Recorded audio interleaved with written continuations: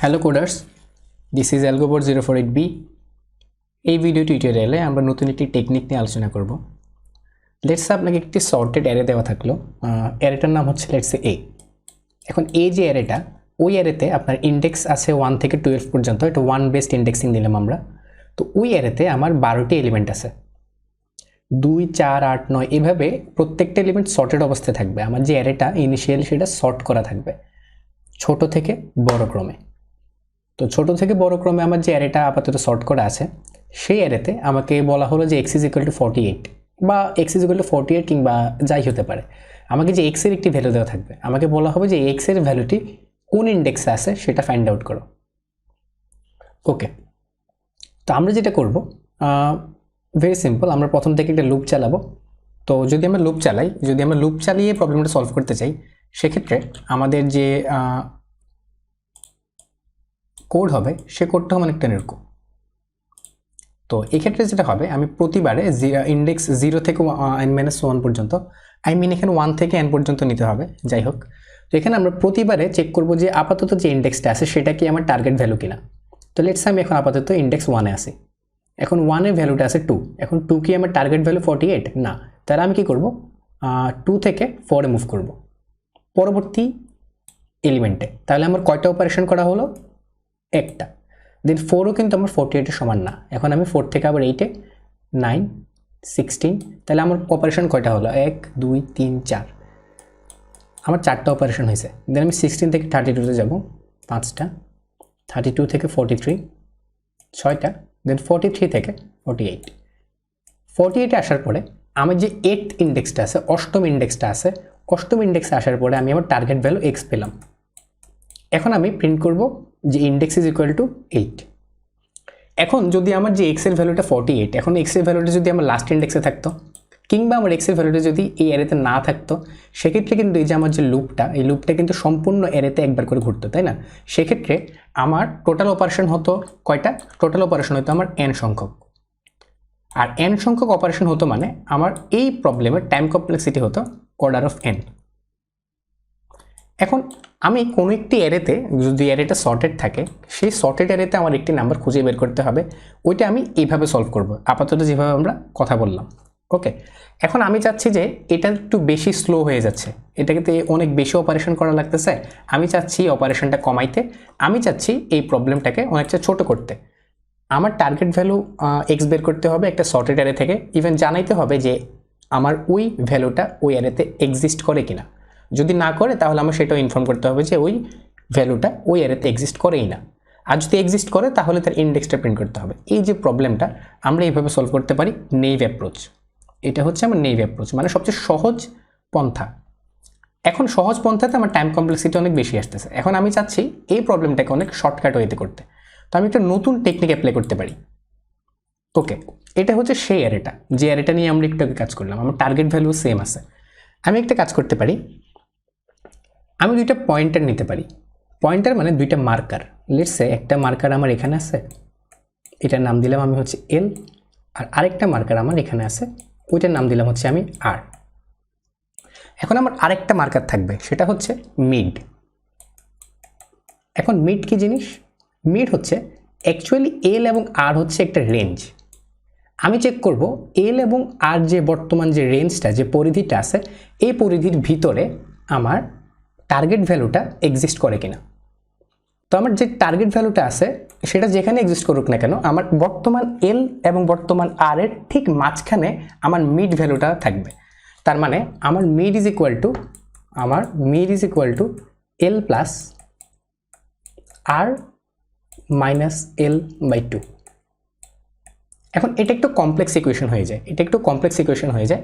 এমনও হতে পারে যে আমার যদি একটা নাম্বার থাকে x এবং একটি নাম্বার থাকে y, তাহলে x এবং y এর মিড ভ্যালু বের করতে হবে, মানে x এবং y এর মধ্যবর্তী ভ্যালুটা বের করতে হবে। সেটা সূত্র কি?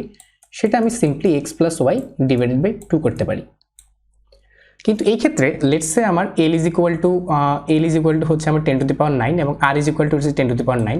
সেক্ষেত্রে আমার যে L plus x plus y যে ভ্যালু, সেটা কিন্তু আমার 2 × 10⁹ এর বেশি হয়ে যাবে, যেটা হচ্ছে আমার ইন্টিজারের যে সর্বোচ্চ নাম্বার সেটাকে ওভারফ্লো করবে। তো এই প্রবলেমটাকে অ্যাভয়েড করার জন্য আমি মিড ইজ ইকুয়াল টু এটা নিব। ওই প্রবলেমটাকে অ্যাভয়েড করার জন্য আমি এই মিড বের করার একটি মডিফাইড সূত্র ইউজ করব, সেটা হচ্ছে এটা।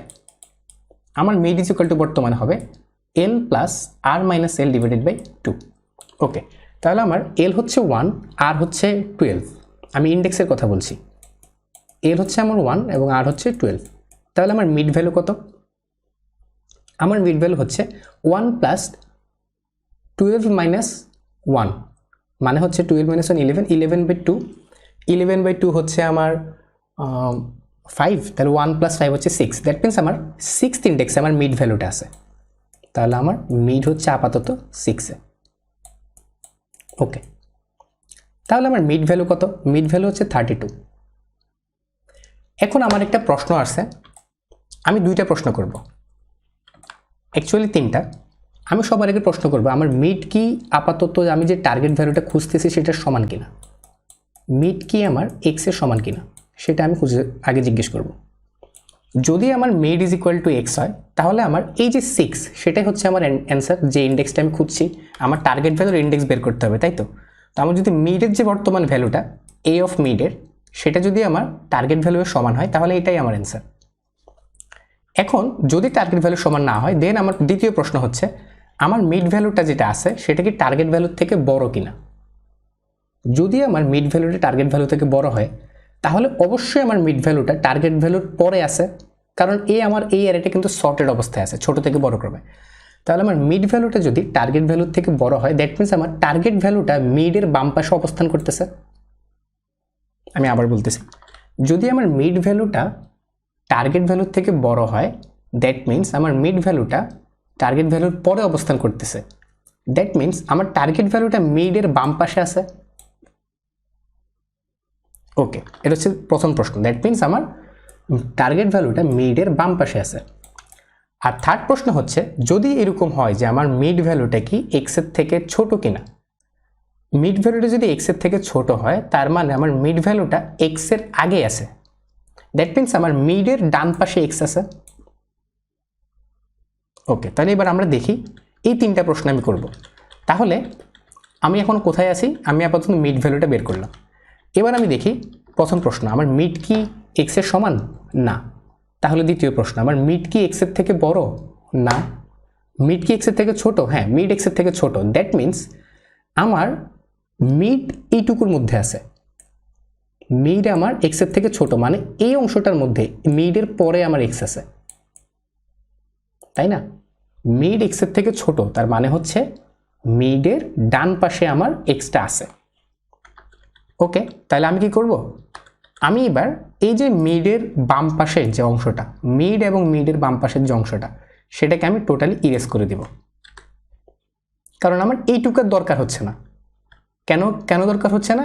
আমার এক্স কিন্তু আর এ পাশে নাই, আমার এক্স কিন্তু আর বাম পাশে থাকবে না। কেন থাকবে না? কারণ আমার মিডের ডান পাশে এক্সের অবস্থান আমি ফাইন্ড আউট করলাম। দ্যাট মিনস আমার মিডের বাম পাশে এক্সের অস্তিত্ব নেই। এখন আমি যেটা করব, আমার যে লেফট পয়েন্টারটা ছিল লেফট পয়েন্টারটাকে আমি এখানে নিয়ে আসবো 43-তে, আর আমার রাইট যেখানে আছে সেখানেই থাকবে। ওকে, আমার অপারেশন হলো আপাতত একটা। এবার আমি দেখি এখান থেকে কি করা যায়। এখান থেকে আমার মিড ভ্যালু বের করতে হবে। তাহলে এখান থেকে আমার এল হচ্ছে এখন 7, আর হচ্ছে 12। তাহলে আমার মিড ভ্যালু কত? মিড ভ্যালু হচ্ছে 7 প্লাস 5/2 মানে 9। দ্যাট মিনস আমার 9-এ বর্তমানে মিড ভ্যালুটা আছে। তো এবার আমি দেখি আমার বর্তমান মিড ভ্যালুটা সেটা কি এক্স এর সমান কিনা। মিড ভ্যালু হচ্ছে 67, তো 67 কিন্তু 48-এর সমান না। তাহলে আমার প্রথম কন্ডিশনটা ফলস। এবার দেখি আমার মিড ভ্যালুটা কি এক্সের থেকে বড় কিনা। আমার মিড ভ্যালুটা এক্সের থেকে বড়, 67 কিন্তু 48-এর থেকে বড়। দ্যাট মিনস আমার যে এক্সটা আমি খুঁজতেছি সেটা অবশ্যই মিডের আগে অবস্থান করতেছে। তার মানে আমার মিড সহ মিডের পরের অংশটা ইউজলেস। মিড সহ মিডের পরের অংশটা ইউজলেস। আমি এটাকে মুছে দিব।